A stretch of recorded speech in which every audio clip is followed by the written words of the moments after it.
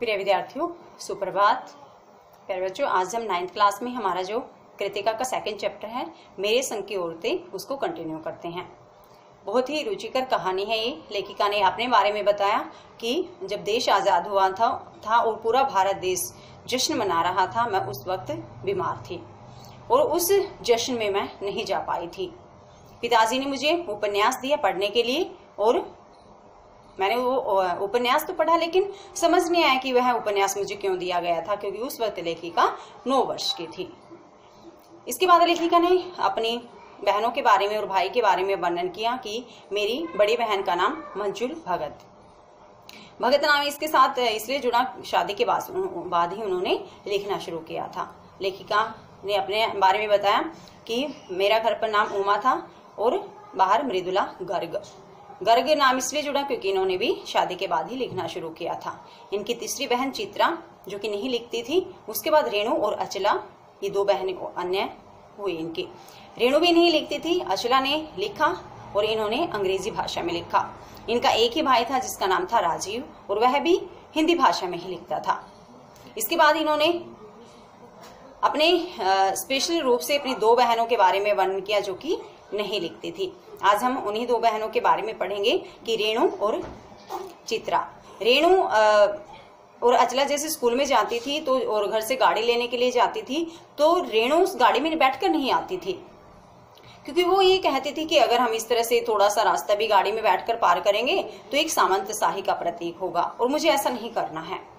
उसके बाद उसने एक जैसे बीए में हुई, वह थोड़ी मतलब रुचिकर तरीके से उसने पढ़ाई नहीं की, तो उसने ये कहा कि मैं बीए का एग्जाम तब दूंगी जब कोई मुझे ये बताएगा कि एग्जाम देना जरूरी क्यों है। सबने अपने अपने तर्क दिए। पिताजी ने कहा नौकरी लग जाओगी, शादी अच्छे घर में हो जाएगी, इज्जत से देखेंगे लोग तुम्हें, लेकिन कोई अच्छा सा तर्क कोई नहीं दे पाया। और उन्होंने पिताजी ने कहा कि मैं बीए करना है, एग्जाम देने हैं क्योंकि मैं कह रहा हूँ।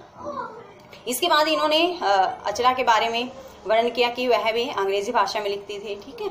और बहुत ही अच्छे तरीके से हमें इस स्टोरी को पढ़ेंगे। ये सारी बातें हमें बहुत अच्छे तरीके से पढ़नी है, समझनी है, याद करनी है, क्योंकि हम इस चैप्टर से जो इंटरनल पार्ट करेंगे, इंटरनल हमारे जो क्वेश्चन आएंगे वो चैप्टर के अंदर से आएंगे और ये क्वेश्चन तभी आप समझ पाओगे जब आप बहुत अच्छे तरीके से इस चैप्टर को रीड करोगे। तो इन दोनों बहनों के बारे में इन्होंने बताया कि जो इनसे छोटी बहन थी जो नहीं लिखती थी, यानी जो रेणु थी, उसने एक लड़का पसंद किया और ऐलान कर दिया कि मैं इसी लड़के से शादी करूंगी। सबसे बड़ी दिक्कत ये थी कि उस लड़के को भी ये नहीं पता था कि मुझसे शादी करना चाहती है, लेकिन बाद में उसने उसी लड़के से शादी की जिसके साथ उन्होंने कहा था। तो चलिए पढ़ते हैं चैप्टर, बहुत अच्छे से समझते हैं। लेखिका बताती है कि हम 4 लिखते हैं और तमाम खानदान हमें पढ़ता है। तो 3 बहनें लिखने लगी हैं और एक इनका भाई। मेरी ससुराल में मुझे कोई नहीं पढ़ता, जो लिखती थी ना लेखिका, तो इनकी ससुराल में इनकी लिखी हुई मतलब कोई कहानी उपन्यास वगैरह को कोई नहीं पढ़ता था। इस तथ्य को हजम करने में मुझे काफी वक्त लगा। फिर उसके फायदे भी नजर आने लगे कि कोई नहीं पढ़ता, तो इसके कुछ फायदे महसूस किए लेखिका ने। क्या थे वो कि कम से कम घर के भीतर तो मुझे हिंदी आलोचना बुद्धि से 2-4 नहीं होना पड़ता।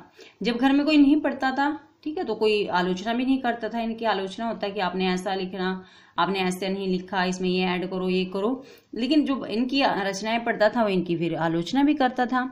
खैर मैं अपने नहीं उन अदेवियों की बात कहना चाहती हूँ जो परदादी की मन्नत के नतीजतन धरती पर आई और लेखक नहीं बनी। यानी जो इनकी 2 बहनें थी जो लेखिकाएं नहीं बनी थी, उनके बारे में ये बता रही हैं। जो बनी उन्हें सांस लेने की जरूरत कुछ ज्यादा हो समझ में आता है। यानी जो लेखिका बनी उनको सांस लेने की यानी मेहनत करने की अगर ज्यादा जरूरत है, ये चीज तो हमें समझ में आती है। जैसे मेरे पिताजी ने एक बार मंजुल से कहा था, कोई दम नहीं घुटता, सांस लेने की जरूरत ही ज्यादा है, कि अगर तुम लिखती हो तो इससे कोई ज्यादा फर्क नहीं पड़ता, बस थोड़ा सा सांस लेने की ज्यादा जरूरत है, थोड़ी सी ज्यादा मेहनत तुम्हें करनी पड़ेगी। पर यहाँ तो हम शेर, तो गैर लेखिका बहनी 1.25 शेर। तो जो लेखिका नहीं बनी ना, उन बहनों के बारे में बता रही, वे तो हमसे भी कहीं ज्यादा आगे थी। चौथे नंबर वाले रेणु का आलम यह था कि गर्मी की दोपहरी में स्कूल से वापसी पर जब गाड़ी उसे और उससे छोटी बहन अचला को बस अड्डे से लेने जाती तो रेणु उसमें बैठने से इनकार कर देती। रेणु नहीं लिखती थी ना, तो जैसे गर्मियों में स्कूल में जाते हैं, दोपहर के समय छुट्टी होती है, ठीक है, तो जब इनकी छुट्टी होती तो ना स्कूल से वापस लाने के लिए इनको गाड़ी जाती, ठीक है। इसमें इनकी छोटी बहन तो बैठ जाती थी, लेकिन रेणु उसमें बैठने से इनकार कर देती थी। उसका कहना था कि यूं थोड़ा सा रास्ता गाड़ी में बैठकर तय करना सामंतशाही का प्रतीक था। तो वे कहती थी कि थोड़ी सी दूर हमारा घर है, अगर हम वहां भी गाड़ी में बैठकर जाएंगे तो यह सामंतशाही, जो कि राजा महाराजा जो अमीर लोग हैं, जो ज्यादा दिखावा करते हैं, हम भी फिर उनके जैसे ही बन जाएंगे, जो शायद था, आज भी हैं। मतलब अमीर लोग ज्यादा दिखावा करते, थोड़ी दूर जाना तो भी गाड़ी में बैठकर जाते इस तरह से, पर साथ ही पिता के अतिरिक्त लाड़ का भी। लेकिन पिताजी रेणु से कुछ ज्यादा ही प्यार करते थे और रसोइयों को खाना खिलाकर जल्दी फारिग करने की लाचारी का भी। और जो रसोई थे उनको खाना खिलाकर जल्दी से काम से मतलब आजाद कर दे, शायद इसी कारण भी उन्हें जल्दबाजी थी कि गाड़ी में बैठकर आएगी, जल्दी खाना खा लेगी तो काम निमट जाएगा। माँ तो सब चीजों से उदासीन रहती ही थी, जैसे हमने पढ़ा था, पर पिता कभी कूटते भूनते जब देखते कि अचला गाड़ी में बैठी चली आ रही है और रेणु पीछे पीछे पसीने में तरबतर खरामा। और जब ये इनके पिताजी देखते कि रेणु तो गाड़ी में बैठकर आ रही, अचला तो गाड़ी में बैठकर आ रही है, लेकिन रेणु गाड़ी में नहीं बैठी और गाड़ी के धीरे धीरे गाड़ी के पीछे पैदल आ रही है और पसीने से तरबतर है, क्योंकि गर्मियों में तो जैसे छुट्टी होती है दोपहर के समय और ज्यादा गर्मी हो जाती है, वो धीरे धीरे से वो आ रही है।